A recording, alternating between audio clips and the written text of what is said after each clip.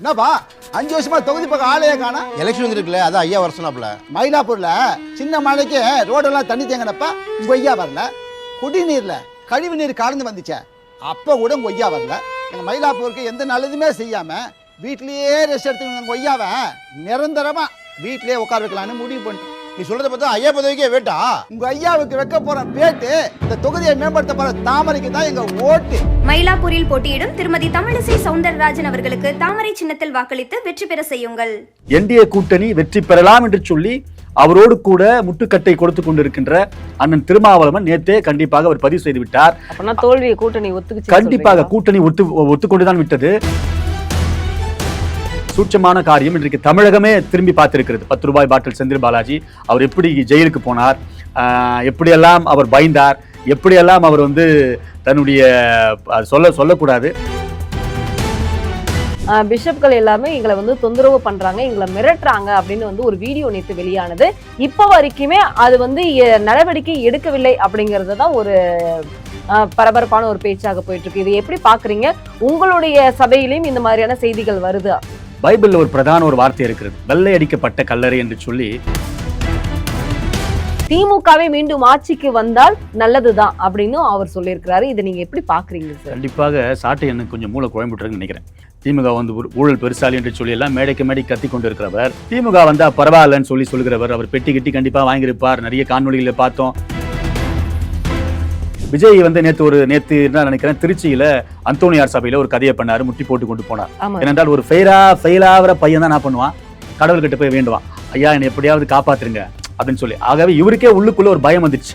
அங்க பிரார்த்தனை செஞ்சுட்டு போறது அது சாதாரண ஒரு விஷயம் தானே. அதை விஜய் செஞ்சா மட்டும் ஏன் ஒரு விஜய் அவர்கள் தொடர்ந்து செய்ய வேண்டும், தேர்தலுக்காக செய்யக்கூடாது.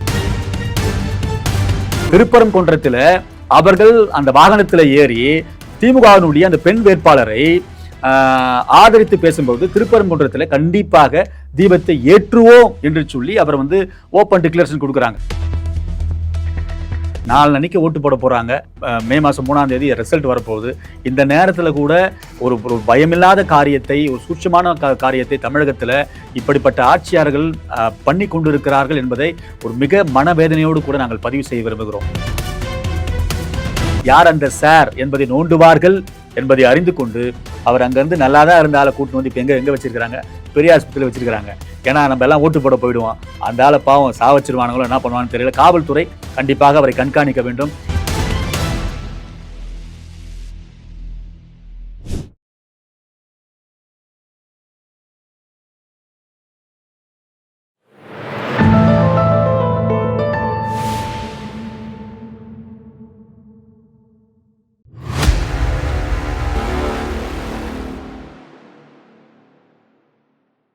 தாமரை டிவி நேயர்களுக்கு அன்பான வணக்கம். இன்று நமது நேர்காணலில் சிறப்பு விருந்தினர் தமிழக பாஜகவின் சிறுபான்மையினர் அணியின் சமூக ஊடக பிரிவு மாநில பொறுப்பாளர் சாமியல் அவர்கள் நம்ம இருந்திருக்கிறார். சார் வணக்கம். சார் வணக்கம் மேடம்.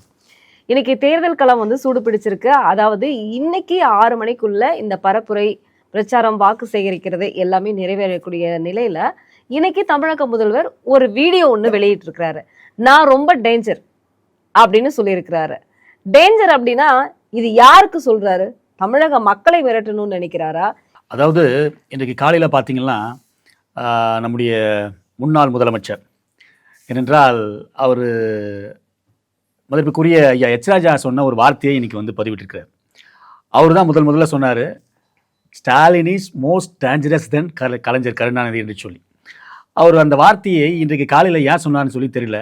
பயம் வந்துருச்சா, இல்லை நான் டேஞ்சரான ஆள், என்னை தொகுதி மக்கள்லாம் தோக்கடிச்சிட்டாங்களாம், என்னுடைய சாபம் சும்மா விடாது.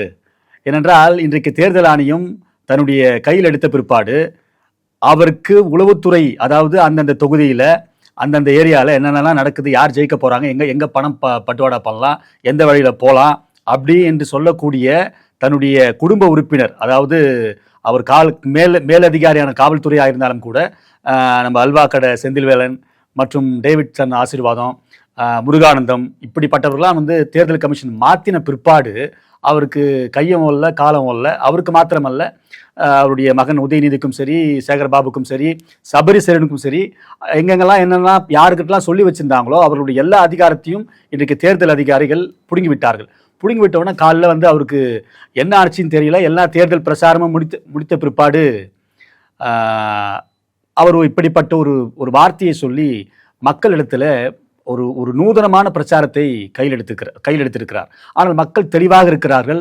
இந்த பிரச்சாரத்தின் முடிவிலே, அதாவது இருமுனை போட்டியாக இன்றைக்கு தமிழகம் வந்து திகழ்ந்து கொண்டிருக்கிறது.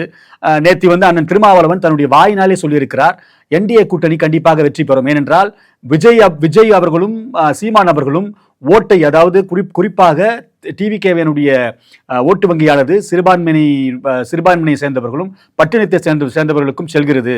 ஆகவே கண்டிப்பாக இந்த ஓட்டு பிரிப்பதினாலே என்டிஏ கூட்டணி வெற்றி பெறலாம் என்று சொல்லி அவரோடு கூட முட்டுக்கட்டை கொடுத்து கொண்டிருக்கின்ற அண்ணன் திருமாவளவன் நேற்றே கண்டிப்பாக அவர் பதிவு செய்து விட்டார். தோல்வியை கூட்டணி கண்டிப்பாக கூட்டணி ஒத்துக்கொண்டுதான் விட்டது. இதற்கு முன்பதாக மேடையிலே வைத்துக்கொண்டு, அதாவது சந்திரமுகியாக மாறிய நம்முடைய அக்கா பிரேமலதா அவர்கள், அவரை நாங்கள் பாராட்ட கண்டிப்பாக வேண்டும். ஏன்னா அந்த மேடையில முதல்வர் மாத்திரமல்ல, முதல்வர் ஒருவர் உட்கார்ந்து இருந்தார். முதல்வர் பின்னாடி பாத்தீங்கன்னா பிளாக் கலர் ஷர்ட் போட்டுக்கொண்டு தன்னுடைய மருமகன் சபரிசோரன் உட்கார்ந்து அவர் முகைபானெல்லாம் மாறிடுச்சு.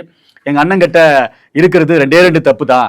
ஒன்னு, பாலியல் குற்றங்கள் தமிழகத்தில் நடக்கிறது, இன்னொன்று காஞ்சா புழுக்கம் போதைப் பொருட்கள் தமிழகத்தில் நடந்து கொண்டிருக்கிறது என்பதையெல்லாம் தவிர வேற என்ன, அதுதான் முக்கியமான பேசிக்கே. அதான் போதைப் பொருளை கட்டுப்படுத்தினால் எல்லா குற்றங்களும் கண்டிப்பாக சரியாகிடும்.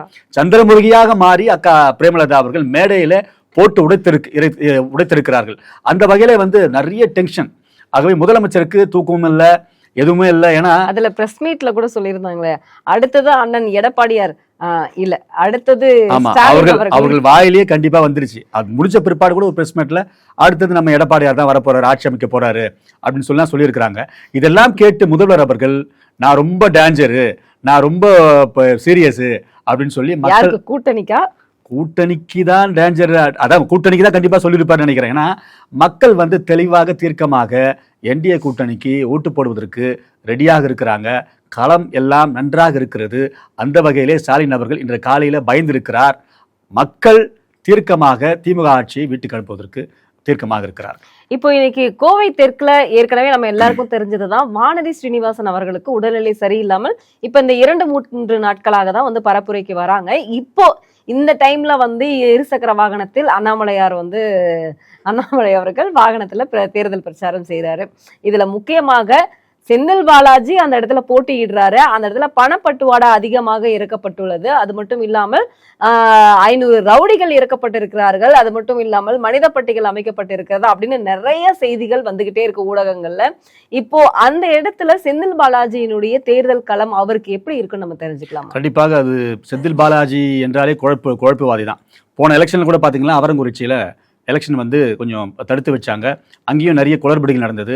அந்த வகையில் பார்த்தீங்கன்னா இன்றைக்கு கோவையினுடைய அக்கா அவர்கள் நிற்கிற இடத்துல கொஞ்சம் உடல்நலம் சரியில்லை. அவர்கள் உடல்நலம் சரியில்லாமல் போனால் கூட அவர்களுடைய பூர்த்தி செய்வதற்கு நிறைய தலைவர்கள், சென்னையிலிருந்து நிறைய தொண்டர்கள், தமிழகம் இருந்து நிறைய தொண்டர்கள் தெருமுனை கூட்டங்களில், திணை பிரச்சாரங்களில், அங்கே இருக்கிற அந்த வணிகத்தை சேர்ந்த அந்த முக்கியமான தலைவர்களிடத்தெல்லாம் பேசி நம்முடைய தாமரை அங்கே வந்து ரீச் பண்ணியிருக்கிறாங்க. முக்கியமாக அண்ணன் அண்ணாமலை அவர்கள் அக்காவனுடைய மிகப்பெரிய ஒரு அந்த கால் பதியாத தடங்களை எல்லாம் இவர் கால் பதித்து நிறைய சிறப்பான ஒரு பிரச்சாரத்தை ரோட் ஷோ மூலமாக, இருசக்கர வாகனங்கள் மூலமாக அவர் வந்து அங்கே ஓட்டு வங்கியை உயர்த்தியிருக்கிறார். செந்தில் பாலாஜி அவர்களுடைய சூட்சமான காரியம் இன்றைக்கு தமிழகமே திரும்பி பார்த்திருக்கிறது. 10 ரூபாய் பாட்டில் செந்தில் பாலாஜி அவர் எப்படி ஜெயிலுக்கு போனார், எப்படியெல்லாம் அவர் பயந்தார், எப்படியெல்லாம் அவர் வந்து தன்னுடைய சொல்லக்கூடாது பயந்து போய் அவர்களுக்கு என்னெல்லாம் அறுவை சிகிச்சை நடந்தது என்பதையெல்லாம் தமிழகமே உற்று நோக்கி பார்த்தது. அவர் என்னதான் அங்கே போயிட்டு மனித பட்டியல் போட்டோம், மற்றபடி இங்கிருந்து வேட்பாளர்களை, அதாவது கரூரிலிருந்து வேட்பாளர்களை அங்கே போட்டதாக தகவல், மற்றும் இங்கிருந்த ரவுடிகளை 500க்கும் மேற்பட்ட ரவுடிகளை கொண்டு போய் பூத்து வாரியாக டீச்சர்களை, அதாவது அங்க இருக்கின்ற டீச்சர்களை வந்து பூத்துல போடாம 18 பேர் ஒரு கொண்ட குழுவை அங்க எல்லாம் ஒரு பூத்துக்கும் போடுவாங்க. கரூரிலிருந்து கொண்டு போய் சட்டப் செய்து அங்க போடுறதாக தகவல். அப்படிப்பட்ட காரியத்தை செய்தார்கள் கூட அக்கா அவர்களுக்கு ஒரு நேர்மையான வெற்றி அங்கே காத்திருக்கிறது. ஏற்கனவே வந்து நாங்கள் சொன்னது போல அவர் குறிப்பிட்ட தன்னுடைய தொகுதிக்கு மாத்திரம் ஒட்டுமொத்தமாய் குரல் கொடுக்காமல் கோவைக்கு மாத்திரமல்ல, அங்க பக்கத்தில் இருக்கிற அது மேட்டுப்பாளையமா இருக்கட்டும் அல்லது உதகை மண்டலமா இருக்கட்டும், அந்த கொங்கு மண்டல தொகுதிக்கு எல்லாருக்கும் சேர்ந்து சட்டமன்றத்திலே குரல் கொடுக்கிற ஒரு சட்டமன்ற உறுப்பினர் இருக்கிறார். அவர்கள் அந்த இப்போ இருக்கிற, அதாவது ஏற்கனவே ஜெயித்த அந்த ஓட்டு வங்கியை விட செந்தில் பாலாஜியை கண்டிப்பாக மிக தோல்வியுற்ற ஒரு 10 ரூபாய் செந்தில் பாலாஜியாக தமிழகத்தில் ஒரு மிகப்பெரிய ஒரு பேரை இருக்கக்கூடிய வெற்றி வேட்பாளராக வானதி சீனிவாசன் அவர் கண்டிப்பாக இருப்பார். ஆயர்களை சந்தித்து தேர்தல் பிரச்சாரம் செய்கிறார். அது மட்டும் இல்லாமல் அவர்களுக்கு வந்து ஆதரவை கேட்டு வருகிறார் ஸ்டாலின் அப்படிங்கிறது.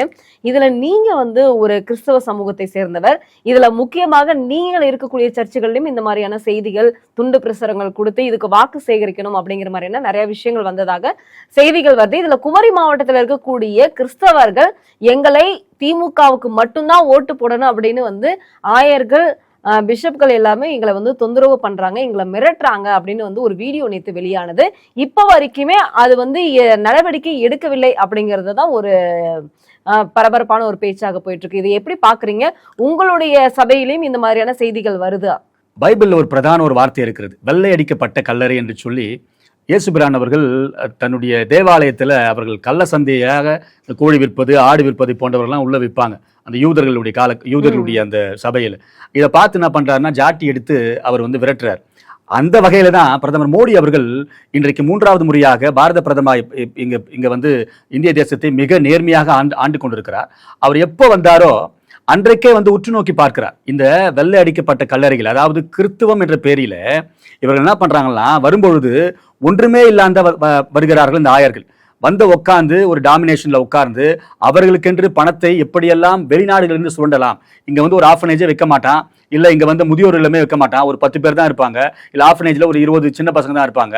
இவர்களை 100 பேராய் காண்பித்து வெளிநாடுகளிலிருந்து ஒரு ஏமாத்து மன்னமாக ஒரு ஃபண்டை வந்து தமிழ்நாட்டில் தன்னுடைய ஹாஸ்டலுக்கோ அல்லது தன்னுடைய முதியோர் இல்லத்துக்கோ அல்லது கல்வி செலவுக்கோ பொய்யான பிரச்சாரத்தை செய்து இவர்கள் பெறுகிறார்கள். இன்னும் இப்படிதான் நடந்து கொண்டிருக்கிறது. நீங்க எக்ஸாம்பிள் எடுத்துக்கொண்டால், அதாவது இவர்கள் வந்து ஸ்டாலினை மாத்திரம் போய் காலையில விழுந்து கும்பிட்டு எங்களுக்கு மோடிஜி அவர்கள் வந்து எங்களுடைய ஃபண்டெல்லாம் நிறுத்தி விட்டார் என்பதையெல்லாம் இவர்கள் வந்து ஸ்டாலின் இடத்துல மாத்திரம் ஆதரவு கேட்கல. இன்றைக்கு வந்து பால் தினகரன் அவர்கள் சங்கராச்சாரியார் அவர்களை சந்தித்து மத்திய அரசினுடைய ஒரு அந்த எஃப்சிஆர் உடைய அந்த நம்பரை கண்டிப்பா வாங்கின கதையெல்லாம் நாம் பார்த்திருக்கிறோம். அந்த வகையில ஆயர்கள் பலிப்பிடத்தை விட்டு அரசியலுக்கு போனது ஒரு மிகப்பெரிய பெரிய குற்றம். ஏனால் அவர்கள் வரும்பொழுதே, குறிப்பாக இந்த வெள்ளை அங்கி போட்டிருக்கிற ஆயர்கள், பெண்டிகாஸ்டல் பாசராய் இருக்கட்டும் அல்லது நான் சிஎஸ்ஐ பாசரை சொல்கிறேன், பிரதர்வுட்ல இருக்கின்ற ஆயர்களை சொல்கிறேன், ரோமன் கத்தோலிக்க சேர்ந்த ஆயர்கள் எல்லாம் அவருடைய மகா தீர்க்கமான ஒரு பிரதான வார்த்தை என்னவென்று சொன்னால், நீ அங்கிருந்து வந்துட்ட, மக்களுக்கு உபதேசம் பண்ணுவது தான் உனக்கு வேலை, பாவத்தை பார்க்காத சுத்த கண்ணர் என்று சொல்லி வேதாகமத்தில் சொல்லப்பட்டிருக்கிறது. பாவத்தை பக்கத்திலே வைத்துக் கொண்டிருக்கிற யாரு பாவம்? மு.க. ஸ்டாலின் பாவம். ஏனென்றால் இந்த தமிழ்நாட்டுக்கு மிகப்பெரிய ஒரு பொய்யான தேர்தல் வாக்குறுதிகளை கொடுத்து ஒன்று கூட அவர் வந்து தமிழக மக்களுக்கு செய்யவில்லை. நானா இருந்திருந்தால், எனக்கு அப்படிப்பட்ட ஒரு நிலைமையோ எனக்கு அப்படிப்பட்ட ஒரு வாய்ப்போ கடவுள் கொடுத்திருந்தால், மு.க. ஸ்டாலின் ஐயா அவர்களிடத்திலே, ஐயா உங்கள் ஆட்சி சரியில்லை, நீங்கள் தேர்தலே நிற்பதற்கு தகுதி கிடையாது. ஏனென்றால் தமிழகத்தில் நீங்கள் எப்போ ஆட்சிக்கு நீங்க ஆள வந்தீங்களோ அன்னிலிருந்து பாலியல் குற்றங்கள் நடந்து கொண்டிருக்கிறது, அன்னிலிருந்து காஞ்சா பழக்கம் இருந்து கொண்டிருக்கிறது, அன்றையிலிருந்து இந்த மக்கள் வந்து சரியான வாழ்வாதாரம் கெட்டு போயிருக்கிறார்கள், அன்றையிலிருந்து உங்களுடைய அமைச்சர்கள், உங்களுடைய குடும்பம், உங்களுடைய மருமகன்கள், உங்களுடைய பேரப்பிள்ளைகள் எல்லாம் ஊழல் செய்து கொண்டிருக்கிறார்கள் என்பதை சுட்டிக்காட்ட வேண்டிய ஆயர்கள் அவர் பக்கத்தில் நின்று கொண்டு தானும் தன்னுடைய குடும்பமும் தன்னுடைய வழிமுறையாக வருகிற பேரப்பிள்ளைகளும் எப்படியாவது அயல்நாட்டுக்காரனை ஏமாற்றி அந்த ஃபண்டை வாங்கணும் என்று சொல்லி ஒரு பொய்யான பிம்பத்தை உருவாக்கும் வண்ணமாக இன்றைக்கு மு.க. ஸ்டாலினுடைய குடும்பத்துக்கு கொத்தடிமையாக போயிருக்கிறார்கள், குறிப்பாக சென்னையினுடைய ஆயர்கள். ஆனால் கன்னியாகுமரியில் இருக்கின்ற ஆயர்கள் குறைஞ்சபட்சம் பாஜகவுக்கு தெளிவான வாக்கு வங்கியை அவர்கள் வந்து பிரதிபலித்து அங்க இருக்கின்ற தேவாலயங்களில, ஏனென்றால் அங்க இருக்கின்ற நம்முடைய காந்தி ஐயா அவர்கள் சிறப்பான முறையிலே தன்னுடைய தொகுதியில அருமையான முறையில் வேலை செய்திருக்கிறார். அதையெல்லாம் முற்று நோக்கி பார்க்கிறார்கள். ஆனால் சென்னை பக்கம் இருக்கின்ற ஆயர்கள் ஏன் இப்படி 5 வருடத்துக்கு ஒரு தடவை கொத்தடிமையாக கலைஞர் குடும்பத்திடத்திலையும் ஸ்டாலின் குடும்பத்திடத்திலையும் போகிறார்கள் என்று சொன்னால், மோடிஜியை பார்த்து இவர்கள் பயப்படுகிறார்கள். ஏனென்றால் அன்றைக்கு எப்படி கடவுள் ஜாட்டி அடித்து நீங்கள் வந்து சர்ச்சு உள்ள இப்படிப்பட்ட வியாபார ஸ்தலமாய் மாற்றுகிறீர்கள், அரசியல் ஸ்தலமாய் நீங்க வந்து மாத்துறீங்கன்னு சொல்லி எப்படி எல்லாத்தையும் சீர்திருத்தம் செய்தாரோ, அதே போல இன்றைக்கு ஒரு கடவுள் உருவில எங்களுடைய பாரத பிரதமர் ஐயா நரேந்திர மோடிஜி அவர்கள் ஜாட்டி அடித்து இவர்கள் அடித்துக் கொண்டிருக்கிறார். இப்ப சிறுபான்மையினருடைய ஓட்டு கண்டிப்பா எப்படி பிரியும்னு நீங்க நினைக்கிறீங்க சார்? கண்டிப்பாக மைனாரிட்டியுடைய ஓட்டு வந்து பாஜக பக்கம் தான் கண்டிப்பாக போடுவாங்க. இதில் எந்த விதமான மாற்றமும் கிடையாது. ஏனென்றால் இவர்கள் சிஏஏ வரும்போது ஒரு நெரேட்டிவ் செட் பண்ணி பொய்யான பிம்பத்தை உருவாக்கினார்கள். ஏதாவது நடந்ததா? யாராவது கம்ப்ளைண்ட் பண்ணாங்களா? இல்லை. முத்தலாக் பிரதமர் மோடி அவர்கள் கொண்டு வந்தார். முத்தலாக் வந்தால் இது போயிடும், அது வந்துடும், பேய் வந்துடும், இந்த கதெல்லாம் பேய் கதெல்லாம் சொல்லி மக்களை வந்து ஒரு பொய்யான பிம்பத்தை ஏற்படுத்தினார்கள். யாராவது முத்தலாக்கு எதிராக ஒரு வழக்கு போட்டார்களா? இல்லை. எஸ்ஐஆர் வந்த பிற்பாடு என்ன பண்ணாங்க? இவர்கள் வந்து பொய்யான பிம்பத்தை அதே போல உருவாக்கி எஸ்ஐஆர் வந்தா அவங்க பேர் எடுத்துருவாங்க, பாதி பேர் வராது. இப்ப சிறப்பான முறையில எஸ்ஐஆர் எல்லாம் சிறந்த முறையில் ஆய்வு செய்து இப்போ எலெக்ஷன்ல நாளைக்கு ஓட்டு போட போறாங்க, நாளைக்கு ஓட்டு போட போறாங்க. யாராவது ஒருத்தர் யாராவது எதிர்த்து கேள்வி கேட்டாங்களா? இல்லை. இப்போ கூட இப்போ என்ன பண்ணிக்கிறாங்க, அந்த டீலிமிட்டேஷனா அதை வந்து இப்போ கொளுத்துனாங்க. அதையும் பொய்யான பிம்பத்தை உருவாக்கி சிறுபான்மைக்கு எதிராக, தமிழகத்துக்கு எதிராக பிரதமர் மோடி செய்து கொண்டிருக்கிறார் என்பதெல்லாம் பொய்யான பிம்பத்தை இந்த திமுக வந்து எப்படியெல்லாம் பரப்பலிட்டதோ அதையெல்லாம் மக்கள் தெளிவாக புரிந்து கொண்டு, குறிப்பாக சிறுபான்மையினத்தை சேர்ந்தவர்கள், குறிப்பாக கிறிஸ்தவர்கள், இஸ்லாத்தை சேர்ந்த பெண்கள் சகோதரர்கள் எல்லாம் இன்றைக்கு பிரமாதமான வாக்கு வங்கியை போட, என்டிஏக்கு போட காத்து கொண்டிருக்கிறார்கள். கண்டிப்பாக அந்த ஓட்டு எங்குமே சதுரவே சொல்றாரு. விஜய் அவர்கள் வந்து கண்டிப்பாக சிறுபான்மையினர் ஓட்டை பிரிப்பார் அப்படிங்கிறது ஒரு பக்கம் இருந்தாலும், இந்த தற்கொலைகளுடைய ஓட்டு வந்து கண்டிப்பா விஜய்க்கு போயிடும். அந்த மாதிரி போகக்கூடாது, சினிமாக்காரர்களை வந்து பின்னாடி போகக்கூடாது மக்கள் அப்படின்னு சாட்டை துரைமுருகன் என்ன சொல்லியிருக்கிறாருன்னா, அவர் எப்பவுமே வந்து சீமான் அவர்களை வந்து தூக்கி பிடித்து பேசுவது, அது இல்லாம திமுகவை வந்து இலக்கி பேசுவது அப்படின்னு ஒரு விஷயம் இருக்கும். ஆனா நாளை மறுநாள் தேர்தல் நடக்க இருக்கக்கூடிய நிலையில விஜய் பின்னாடி யாரும் போகக்கூடாது அப்படிங்கிறதுக்காக திமுகவை நாங்கள் ஆதரிக்க தயார் அப்படின்னு ஒரு விஷயத்த சொல்லியிருக்கிறாரு. திமுகவை மீண்டும் ஆட்சிக்கு வந்தால் நல்லதுதான் அப்படின்னு அவர் சொல்லியிருக்கிறாரு. இதை நீங்க எப்படி பாக்குறீங்க சார்? கண்டிப்பாக சாட்டை எனக்கு கொஞ்சம் மூளை குழம்பிட்டுருன்னு நினைக்கிறேன். இவ்வளவு நாள் வந்து திமுக ஒரு தீய சக்தி, திமுக வந்து ஊழல் பெருசாலி என்று சொல்லி எல்லாம் மேடைக்கு கத்தி கொண்டு இருக்கிறவர், திமுக வந்தா பரவாயில்லன்னு சொல்லுகிறவர், அவர் பெட்டி கட்டி கண்டிப்பா வாங்கியிருப்பார். நிறைய காணொலிகளை பார்த்தோம். அவர் சீமானம் விட்டு விலகுவதும், சீமானம் இடத்துல திரும்பவும் சேர்வதும். ஆகவே சாட்டினுடைய பேச்சையெல்லாம் நம்ம பெருசா வந்து கண்டிப்பா எடுத்துக்கொள்ளவே கூடாது.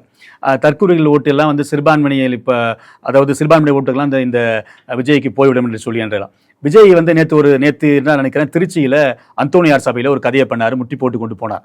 ஏனென்றால் ஒரு ஃபெயிலாகிற பையன் தான் என்ன பண்ணுவான், கடவுள்கிட்ட போய் வேண்டுவான், ஐயா என்னை எப்படியாவது காப்பாத்துருங்க அப்படின்னு சொல்லி. ஆகவே இவருக்கே உள்ளுக்குள்ள ஒரு பயம் வந்துச்சு. ஏனென்றால் மக்களை சந்திக்க போகும் நேரத்துல இவர் அங்க போய் முட்டி போட்டு போறாரு, அப்புறம் வந்து ஒரு கோயிலுக்கு போறாரு, அதுக்கப்புறம் வந்து தர்காவுக்கு போறாரு. அந்த கேப்ல கண்டிப்பா இவருக்கு நேரமே இல்ல. அந்த கேப்ல கண்டிப்பா மக்களை சந்திக்கணும். மக்களை சந்திக்காம இல்ல, எல்லா வேட்பாளர்களுமே வந்து கோவிலுக்கு போயிட்டு பக்கத்துல இருக்கக்கூடிய விநாயகர் கோவிலுக்கு போறது, பக்கத்துல வந்து ஆஞ்சநேயர் கோயிலுக்கு போறது, அதெல்லாம் செய்யறாங்க. அங்க பிரார்த்தனை செஞ்சுட்டு போறது அது வந்து சாதாரண ஒரு விஷயம் தானே. அதை விஜய் செஞ்சா மட்டும் ஏன் வந்து ஒரு விஜய் அவர்கள் தொடர்ந்து செய்ய வேண்டும், தேர்தலுக்காக செய்யக்கூடாது. புரியுதுங்களா? விஜய் தொடர்ந்து செய்தால் விஜய் நாங்கள் பாராட்டலாம். விஜய் வந்து தேர்தலுக்காக இது செய்கிறார் அப்படின்னு தான் நம்ம வந்து பதிவு கண்டிப்பா எல்லா அரசியல் தலைவர்களையும் பாத்தீங்கன்னா கும்பலாக ஓட்டு வங்கிக்காக கண்டிப்பாக போவாங்க. அங்க இருக்கின்ற வந்து எல்லா அரசியல் தலைவர்களும் அவன் வாரம் எந்த வந்தா கோயிலுக்கு போவான். இப்போ நீ என்ன பண்றனா, உன்னுடைய அந்த திருச்சி கிழக்குல ஒரு அந்தோனியார் சபையில போயிட்டு முட்டி போட்டு வேண்ட உன் மேலே நம்பிக்கை கிடையாது. நான் முன்பு சொன்னது போல ஒரு எக்ஸாமினேஷன்ல ஒரு நல்லா படிக்கிற பையன் கண்டிப்பா என்ன பண்ணுவான், அவன் கோயிலுக்கு எல்லாம் போக மாட்டான். இருக்கிற இடத்துல அவன் சாமியை கண்டிப்பா கும்பிட்டு இப்போ எக்ஸாமினேஷன்ல உட்காருவான். இப்படி அவர் மீது கண்டிப்பா நம்பிக்கை இல்லை. அவர் டெபாசிட் கண்டிப்பா எழுந்து விடுவாரோ, இல்ல 2 தொகுதி நிக்கிறார், பெரம்பலூர் நிக்கிறார், இங்க நிக்கிறார், கடவுளே டெபாசிட்டாவது அந்த தொகையாவது எனக்கு திருப்பி கிடைக்கணும் அப்படின்னு சொல்லி கடவுள் மீது பாரத்தை போட்டு தன் மீது நம்பிக்கை வைக்காமல், மக்கள் மீது நம்பிக்கை வைக்காமல் அவர் முட்டி போட்டோம், வேலை பிடித்து கொண்டோம், குல்லா போட்டு கொண்டோம், இன்றைக்கு வந்து பரப்புரை கூட செய்யாமல் கடவுளை நம்பி ஓடிக்கொண்டிருக்கிறார். கடவுளை நம்புவது நல்லதுதான். ஆனால் எத்தனை மலைகள் ஏறினாலும் கண்டிப்பாக விஜய் அவர்கள் எந்த தொகுதியிலும் ஒரே ஒரு தொகுதி கூட அவர் ஜெயிக்கவே மாட்டார். மக்கள் எல்லாம் இன்றைக்கு தீர்க்கமாக இருக்கிறார்கள். குறிப்பாக சிறுபான்மையினர் ஓட்டு அது வந்து எப்படின்னா, இன்றைக்கு வந்து இந்த பட்டியலினத்தை சேர்ந்தவர்களும் சிறுபான்மை கிறிஸ்தவர்களும் முஸ்லிம் இனத்தை சேர்ந்தவர்களும் வந்து விஜய்க்கு போட்டுருவாங்கன்னு சொல்லி அவர்கள் வந்து கண்மூடித்தனமாய் கனவு கண்டு கொண்டிருக்கிறார்கள்.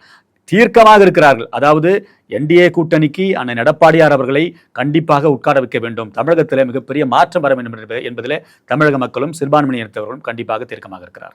50 வருஷம் ஆனாலும் திருப்பரங்குன்றத்துல தீபம் ஏற்ற முடியாது அப்படின்னு ஏவா வேலு சொல்லியிருக்கிறாரு. இதுல ஸ்டாலின் அவர்களும் சொல்லியிருக்கிறாரு தீபம் ஏற்ற முடியாது அப்படின்னு. இதுக்கு இந்து முன்னணி வந்து கண்டனம் தெரிவிச்சிருக்கிறாங்க.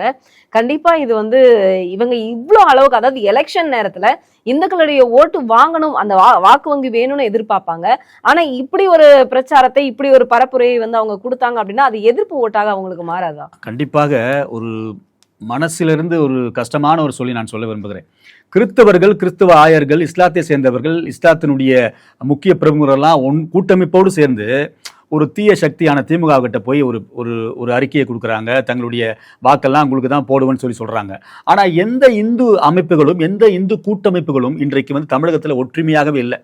அந்த வகையில் பார்க்கும்போது இந்த கடைசி நேரத்தில் இந்துக்கள் எல்லாம் ஒன்றாக இருந்து ஒருத்தன் தன்னுடைய சொந்த தெய்வத்தை, அதாவது தமிழகத்தினுடைய, இந்திய தேசத்தினுடைய முதல் தெய்வமாக இருக்கட்டும், எனக்கு தெரிந்த மட்டும் இந்துதான் தன்னுடைய முதல் தெய்வமாக தமிழகத்திலிருந்து வணங்கி கொண்டு வந்தார்கள். அதுக்கப்புறம் தான் பிரிட்டிஷ் ஈஸ்ட் இந்தியா கம்பெனி உள்ள வந்தது, கிறிஸ்துவம் வந்தது, இஸ்லாத் எல்லாம் வந்தது. அந்த வகையில் பார்க்கும்போது ஒரு முன்னோடி கடவுளை இன்றைக்கு இழவாக தீபம் ஏற்றவே விடமாட்டோம் என்று சொல்லி ஏவா வேலு சொல்லுகிறார். அவர் மாத்திரமல்ல, அங்க திமுகவுடைய அமைச்சர்கள் எல்லாம் அங்க வந்து திருப்பரங்குன்றத்தில் வந்து தீபத்தை ஏற்ற விட மாட்டோம். ஆனா போன வாட்டி பாத்தீங்கன்னா ரம்ஜானுக்கு மேல வந்து வழிபாட்டுக்கு ஓப்பனாவே விட்டாங்க. ஆனா அந்த வகையில பார்க்கும்போது இன்றைக்கு இந்துக்கள் எல்லாம் கண்டிப்பாக ஒற்றுமையா இருந்து நாளை மறுநாள் இந்த இந்துத்துவத்தை இழிவுபடுத்துகின்ற, இந்துத்துவத்தை கேவலமாய் பார்க்கின்ற, இந்து தெய்வத்தை வணங்க விடாமல் வைக்கின்ற தீய சக்தி திமுகவை கண்டிப்பாக அடியோடு கூட அறுத்து இந்த திமுகவின் மேல் கண்டிப்பாக தீபம் ஏற்றுவார்கள், ஏற்றத்தான் வேண்டும். மறுபடியும் திமுக வந்து விட்டால் தமிழகம் கண்டிப்பாக சுடுகாடாய் மாறிவிடும். இப்போதாவது திமுகவில் இருக்கிற இந்துக்களுக்கு நான் சொல்கிறேன், உங்களுக்கு கண்டிப்பா கொஞ்சம் மனசு இருந்தா கண்ணை திறந்து பாருங்க. உங்க மனசு வந்து வலிக்கலையா? நீங்க கும்பிடுற தெய்வம் திருப்பரங்குன்றத்துல அந்த பிரசாரத்துல அம்மையார் பிரேமலதாவை இன்னும் கூட நான் வாழ்த்துகிறேன். ஏனென்றால் அந்த பிரச்சாரத்துல அங்க இருக்கிற அந்த வேட்பாளரை ஆதரித்து நாங்கள் திருப்பரங்குன்றத்துல தீபத்தை ஏற்றுவோம் சொல்லி பிரசாரம் செய்தார்கள். யாரு? விஜயகாந்தினுடைய மனைவி மேடையிலும் ஓப்பனா பேசுறாங்க. இப்போ ஒரு சட்ட சிக்கல் வர இவங்களையா உள்ள வந்து சேர்த்தம் என்பதிலே கண்டிப்பாக தலைமுடியெல்லாம் பீத்து கொண்டிருப்பார் முதலமைச்சர் ஸ்டாலின் அவர்கள். திருப்பரங்குன்றத்துல அவர்கள் அந்த வாகனத்துல ஏறி திமுகவினுடைய அந்த பெண் வேட்பாளரை ஆதரித்து பேசும்போது திருப்பரங்குன்றத்தில் கண்டிப்பாக தீபத்தை ஏற்றுவோம் என்று சொல்லி அவர் வந்து ஓப்பன் டிக்ளரேஷன் கொடுக்குறாங்க. அப்ப அந்த வகையில் பார்க்கும்போது அவருக்கே தெரிந்திருக்கிறது, ஏனென்றால் திமுக கண்டிப்பா வராது. ஒருவேளை அம்மையாரை வந்து பிரேமலதா அவங்க கொடுக்கப்பட்ட 11 சீட்ல ஒரு 5 சீட்டோ 6 சீட்டோ ஜெயிச்சிட்டா கண்டிப்பா என்டிஏ கூட்டணிக்கு வருவதற்கு நிறைய வாய்ப்பு கண்டிப்பாக இருக்கிறது. அவர்கள் பேசுவதை பார்த்தால் மு.க. ஸ்டாலின் அவர்களும் இவர்கள் பேசின கதையை இன்றைக்கு காலையில அவர் அந்த பிரஸ் மீட்டை பார்த்தா கூட அவர் ரொம்ப மனசு கஷ்டப்பட்டு தான் அவர் வந்து அந்த பிரஸ் மீட்டை கொடுத்திருக்கிறாரு. அந்த வகையில திருப்பரங்குன்றத்திலே கண்டிப்பாக தீபம் என்டிஏ கூட்டணி வந்த பிற்பாடு பாரத பிரதமரை ஏற்றுவார். ராஜ்நாத் சிங் அவர்கள் பேசும்பொழுதும் கண்டிப்பாக திருப்பரங்குன்றத்தில் அதை சுட்டி காண்பித்து பேராசிரியரை வைத்துக்கொண்டும் என்டிஏ கூட்டணியுடைய வேட்பாளரை வைத்துக்கொண்டும் பேசினார். இப்படிப்பட்ட அவலநிலை தமிழகத்திலே நடந்து கொண்டிருக்கிறது. இவர்களுக்கு மறுபடியும் நீங்கள் ஓட்டு போட வேண்டுமா என்று சிந்தித்து செயல்பட்டு என்டிஏ கூட்டணிக்கு ஓட்டு போடுங்கள் என்று சொல்லி மூத்த தலைவர்கள் பதிவு செய்திருக்கிறார்கள். திமுக கூட்டணியில் இருக்கின்ற இந்துக்கள் எல்லாம் உங்கள் மனதையும் கண்களையும் திறந்து பார்த்து நம்முடைய தெய்வத்துக்கு விரோதமாய் இந்த திமுக ஆட்சி செய்து கொண்டிருக்கிறது என்பதை அறிந்து அவர்களும் கண்டிப்பாக ஓட்டு போடுவார்கள். ஓட்டு போடத்தான் வேண்டும். தேர்தல் அடுத்தது நாளை மறுநாள் அப்படிங்கிற ஒரு இதுல இருக்கும்போது அப்பாடா அப்படின்னு நம்ம கொஞ்சம் இப்பதான் வந்து தேர்தல் ஆணையம் வந்து அதாவது கொஞ்சம் இருக்கக்கூடிய பிரச்சனைகள் எல்லாம் பார்த்துட்டு இருக்காங்க. கொஞ்சம் சட்டம் ஒழுங்கெல்லாம் அவங்க இருக்கிறதுனால கொஞ்சம் கட்டுப்பாடுல இருக்குதோ அப்படின்னு மக்கள் நினைக்கும் பொழுது, ஆனா அந்த 15 வயது சிறுமி, அதாவது அண்ணாமலை அவர்கள் வந்து இப்போ ஒரு ட்வீட் போட்டிருக்கிறாரு. 15 வயது சிறுமி திருவண்ணாமலையில பாலியல் வன்கொடுமைக்கு உள்ளாக்கியிருக்காங்க. இதுல முக்கியமாக கூட்டு பாலியல் வன்கொடுமைக்கு உள்ளாக்கப்பட்டிருக்காங்க. இதுல முக்கியமாக இந்த இது வந்து ஏற்கனவே 2 நாட்களுக்கு முன்னாடி நடந்தது. இதை வெளிவர விடாமல் வந்து இப்படி ஒரு சம்பவத்தை அப்படியே மூடி மறைத்திருக்கிறது திமுக. இதுல இன்னொன்னு என்னன்னா, அவங்க வாக்குறுதி கொடுத்திருக்காங்க. அதாவது 8 வயதிற்கு உட்பட்ட குழந்தைகளை பாலியல் வன்கொடுமைக்கு செய்தால் மரண தண்டனை விதிக்கப்படும் அப்படின்னு திமுக ஒரு வாக்குறுதி வேற கொடுத்திருக்கிறாங்க. இந்த வாக்குறுதி இவங்க கொடுத்ததா அப்படின்னா அது மட்டும் இல்லாம இன்னொரு விஷயத்தையும் சொல்லிடுறேன். யார் அந்த சார் அப்படிங்கிற ஒரு விஷயமும் இப்ப பரவலாக பரவிட்டு இருக்கு. நம்ம அதை வந்து மறக்கல, இருந்தாலும் அது இப்போ வந்து அதிகமா போயிட்டு இருக்கிறதுக்கு காரணம் ஞானசேகரன் ஹாஸ்பிட்டல்ல அட்மிட் ஆயிருக்கிறாரு. இந்த விஷயங்கள் எல்லாம் பார்க்கும் பொழுது எப்படி இருக்கு? அடுத்தது தேர்தல்ல இது வந்து ஏதாவது மாற்றத்தை கொண்டு வரும்னு நினைக்கிறீங்களா? கண்டிப்பாக மாற்றத்தை உண்டு பண்ணும். ஏனென்றால் அக்கா பிரேமலதா அவர்கள் முந்தா நேரத்து ஒரு 4 நாள் முன்னாடி மேடையில் பேசினாங்க. பிரேமலதா அக்கா வந்து இந்த பாலியல் குற்றத்தை கண்டிப்பாக தன்னுடைய அண்ணன் இடத்துல கண்டிப்பாக கேட்கணும். ஏனென்றால் இன்னொன்று வந்து இப்படிப்பட்ட அவலநிலை திமுகவினுடைய கடைசி நிகழ்வில் கூட பயமில்லாமல் நடக்கிறது. மக்கள் தீர்க்கமாய் கண்ணை திறந்து பார்த்து, ஏனென்றால் இந்த திமுக ஆட்சி வீட்டுக்கு போகுது, அப்போ கூட இந்த காவல்துறையோ அல்லது திமுகவினுடைய ஆட்சியாளர்களோ அமைச்சர்களோ இந்த கடைசி நேரத்தில் கூட இப்படிப்பட்ட காரியத்தை கட்டவிழ்த்து விட்டு மக்களிடத்திலே அதாவது போதை ஆசாமிகளிடத்திலே பயமில்லாமல் ஒரு 8 வயதுக்குட்பட்ட சிறுமியை இன்றைக்கு வந்து பாலியல் பலாத்காரம் செய்து கொடூரமான முறையில் 4 அன்னைக்கு ஓட்டு போட போகிறாங்க. மே மாதம் 3ஆம் தேதி ரிசல்ட் வரப்போகுது. இந்த நேரத்தில் கூட ஒரு பயமில்லாத காரியத்தை, ஒரு சூட்சமான காரியத்தை தமிழகத்தில் இப்படிப்பட்ட ஆட்சியாளர்கள் பண்ணி கொண்டிருக்கிறார்கள் என்பதை ஒரு மிக மனவேதனையோடு கூட நாங்கள் பதிவு செய்ய விரும்புகிறோம். இன்னொன்று சொல்ல போனால் யார் அந்த சார், அதற்குள்ள ஒரு மர்மமாக இருக்கிறது. ஒருவேளை சோழியை முடிச்சிடுவாங்களான்னு சரி தெரியல.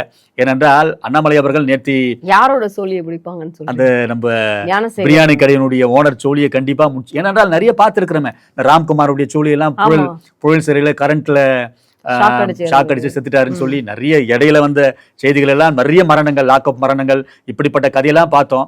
ஏனென்றால் இவர்கள் எல்லாம் ஓட்டு போட அப்படின்னா இந்த ஹாஸ்பிடல் அட்மிட் அப்படிங்கறது வந்து ஒரு செட்டப் அப்படின்னு கண்டிப்பாக செட்டப்பா தான் இருக்கும். ஏன்னா எடப்பாடியார் கிளியராக சொல்லியிருக்கிறார். நேற்று கூட பிரசாத்ல சொன்னாரு, நாங்க வந்து இந்த யார் அந்த சேரை கண்டுபிடிக்க போறோம்னு சொல்லி முந்தின நாள் பரப்புரையிலையும் வந்து கண்டிப்பா சொன்னாரு.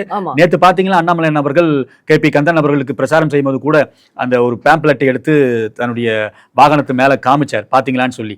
அப்படிப்பட்ட நிகழ்வு. ஏன்னா NDA கூட்டணி வந்து அமர்ந்த பிற்பாடு இந்த பாலியல் குற்றத்தினுடைய தாக்கத்தை கண்டிப்பாக குறைப்பார்கள் என்பதுல எந்த விதமான சந்தேகமும் கிடையாது. ஆனா இவங்க ஒரு வாக்குறுதி கொடுத்திருக்காங்களே சார், மரண தண்டனை கொடுக்க வந்தாதானுங்க மரண தண்டனை கொடுக்கறதுக்கு. இவங்க வரவே மாட்டாங்க, திமுக வரவே மாட்டாங்க. அதுக்குதான் இதுக்கு மேல தப்பு பண்ணுனா மரண தண்டனை, இதுக்கு மேல தப்பு பண்ணனா மரண தண்டனையா, இல்ல இவர்களுக்கு மரண தண்டனை கண்டிப்பாக NDA கூட்டணியுடைய ஆட்சியாளர்கள் கொடுக்க போறார்களா சரியா தெரியல. ஏனென்றால் இன்னைக்கு சென்னையினுடைய கோட்டையில மிகப்பெரிய ஓட்டை விழுந்து விட்டது. சென்னை வந்து ஒன்று கூட அடிப்பதற்கு சாத்தியக்கூறிய கிடையாது. ஏனென்றால் சேகர் பாபு மிகப்பெரிய தவறை வந்து சென்னையில செய்திருக்கிறார், மாத்தி கொடுத்து விட்டார். அதாவது எழும்பூர்ல அந்த முன்னாடி இந்த திமுக வேட்பாளருக்கும் சேகர் பாபுக்கும் ஆகாது. அண்ணா நகர்ல கார்த்திக் அவர்கள் கனவு கண்டிருந்தார், அவர் தூக்கி எழும்பூர்ல போட்டாரு. தமிழன் பிரசனாக்கு ஒண்ணுமே தெரியாது, அவன் மகா பெரிய பாலியல் குற்றவாளி, அவனுக்கு அங்க ஓட்டு வங்கியே கிடையாது. அங்க வந்து நீங்க சொன்னது போல தற்கூரி ராஜ்மோகன் கண்டிப்பாக ஓட்டை பிரிக்கிறார். ஆகவே இப்படிப்பட்ட சிற்றரசு வேற எங்கேயோ கனவு கண்டிருந்தார், அவர் தூக்கி இன்னொரு தொகுதியில் போடுறாரு. சேகர் பாபு துறைமுகம் தொகுதியிலிருந்து வெளியே வரலான்னு பார்த்தாரு, அவர் வந்து MK ஸ்டாலின் விடல. இப்படி போல சென்னையிலே மிகப்பெரிய பலத்த அடியை கண்டிப்பாக அவர்கள் வந்து வாங்குவார்கள். அந்த வகையில பார்க்கும்போது வந்த உடனே யார் அந்த சார் என்பதை நோண்டுவார்கள் என்பதை அறிந்து கொண்டு அவர் அங்கேருந்து நல்லா தான் இருந்த ஆளை கூட்டு வந்து இப்போ எங்கே வச்சிருக்கிறாங்க, பெரிய ஆஸ்பத்திரியில் வச்சிருக்கிறாங்க. ஏன்னா நம்ம எல்லாம் ஓட்டு போட போயிடுவோம், அந்த ஆளை பாவம் சாவச்சிருவானுங்களோ என்ன பண்ணுவான்னு தெரியல. காவல்துறை கண்டிப்பாக அவரை கண்காணிக்க வேண்டும், தேர்தல் ஆணையத்தினுடைய உளவுத்துறை கண்டிப்பாக கண்காணிக்க வேண்டும். இப்போ புதுசாக வந்திருக்கிற அதிகாரிகள் கண்டிப்பாக அந்த பிரியாணி கடை ஓனரை கண்காணித்து கொஞ்சம் சேஃபா, ஏன்னா அவர் தான் வாக்குமூலம் கொடுக்கணும். யார் அந்த சேர் இனிமே தெரியலையே, ஒரு சேரா இல்ல பல சேர்கள் இருக்கிறார்களா என்பது கண்டிப்பாக தெரியவில்லை. ஆகவே கண்டிப்பாக இப்படிப்பட்ட பாலியல் குற்றங்கள் இன்னும் ஒரு வாரம் மக்கள் வந்து கண்டிப்பாக கொஞ்சம் உஷாராக இருக்க வேண்டும். NDA ஆட்சி வந்த பிற்பாடு கண்டிப்பாக போதை கலாச்சாரம் ஒழிக்கப்படும், பாலியல் குற்றங்கள் ஒழிக்கப்படும். மக்கள் சிந்தித்து தெளிவாக அதற்காகத்தான் வந்து இன்றைக்கு 6 மணியோடு எலெக்ஷன் முடியுது. ஒரு 48 மணி நேரம் நம்மளுடைய மைண்டை ரீஃப்ரெஷ் பண்ணுறது கண்டிப்பாக தேர்தல் ஆணையம் அல்லது தலைவர்கள் வந்து கண்டிப்பாக டைம் கொடுக்குறாங்க. உட்காந்து உங்களோட ரிவைன் பண்ணுங்க. அதாவது DMK ஆட்சி வந்ததிலிருந்து என்னென்னலாம் நடந்துச்சு. இன்னொன்று சொல்றேன், ஒரே ஒரு குண்டு பல்பு கூட இன்னைக்கு வந்து தேர்தல் வாக்குறுதியில வந்தா குண்டு பல்பு தரேன்னு சொல்லி இந்த திமுக ஆட்சியில் வந்து சொன்னாங்க. அந்த குண்டு பல்பு கூட இன்னும் வந்து மக்களுக்கு போய் கிடைக்கல. இப்படிப்பட்ட பொய்யான குண்டு பல்பு எவ்வளோங்க மொத்தமா வாங்கினா ஒரு 6 ரூபாய்க்கு அவன் வந்து ஒரு பல்கா வாங்கலாம். தனியா வாங்கினா 10 ரூபா 5 ரூபா தான். ஒரு வீட்டுக்கு குண்டு பல்பு கொடுக்குறேன்னு சொல்லி இன்னைக்கு வரைக்கும் 6 மணிக்கு தேர்தல் பிரசாரம் எல்லாம் முடிய போகுது. இது வரைக்கும் கூட குண்டு பல்பு கொடுக்காத இந்த திமுகவினுடைய கூட்டம் நமக்கெல்லாம் பல்பு கொடுத்து நம்ம ஏமாத்தி கொண்டு இருந்தது. தெளிவாக யோசித்து மக்கள் சிந்தித்து கண்டிப்பாக நீங்க ஓட்டு போட வேண்டும். ஒரு மாற்றத்தை மே 3ஆம் தேதி கண்டிப்பாக தமிழக மக்கள் காண்பார்கள்.